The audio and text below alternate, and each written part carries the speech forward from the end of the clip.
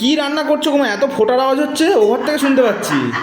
ভালো বলেছিস, এত ফোটার আওয়াজ হচ্ছে। একবার টক বক করে আওয়াজ হচ্ছে, পুরো ওভার থেকে পাওয়া যাচ্ছে। বন্ধুদের দেখা, এই কি দেখ, করছো? বন্ধুদের দেখা এই রকম করে আজকে আমি ডিম রান্না করছি, এরকম কষা কষা করে। বাবা, ডিমও কষা কষা করে? ওমা ডিম কষা কষা করে না, ডিম কষা কষা করে তো অবশ্যই। তা আমি কটা ডিম পাবো? তুই কটা ডিম পাবি সেসব পরের কথা, এটা বন্ধুদের দেখিয়ে দে। আমি কচুর দম করেছি, এই দেখো বন্ধুরা। এটাও লাল লাল করে? হ্যাঁ, আর নামাবার আগে কিন্তু অবশ্যই আমি কারি পাতা দিয়েছি বন্ধুরা। কারি পাতা খেলে কিন্তু হার্ট ভালো থাকে। কারি পাতা খাবে, কারি পাতার একটা আলাদা ফ্লেভার আছে। আর আমি করেছি এইরকম উচ্ছে ভাজা, আর এইরকম ধোঁয়া ওঠা ভাত। গরম গরম ধোঁয়া ওটা ভাত, ছেলের জন্য ভাত বাড়া হয়ে গেছে।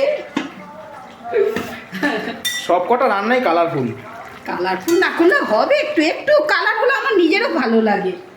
আমি শুধু দেখানোর জন্য করি না, আমার নিজেরও ভালো লাগে। আমি বরাবরই এরকমই খাই। তা বন্ধুদেরকে একটু শুভ ষষ্ঠী বলে দাও। বন্ধুরা সবাই খুব আনন্দ করো, শুভ ষষ্ঠী। খুব আনন্দ করো পুজোয়, বাইরে খাওয়া দাওয়া করো সারাদিন। এই পুজোর কদিন আনন্দ করে নাও, সবসময় তো সংসারে কাজ কর্ম।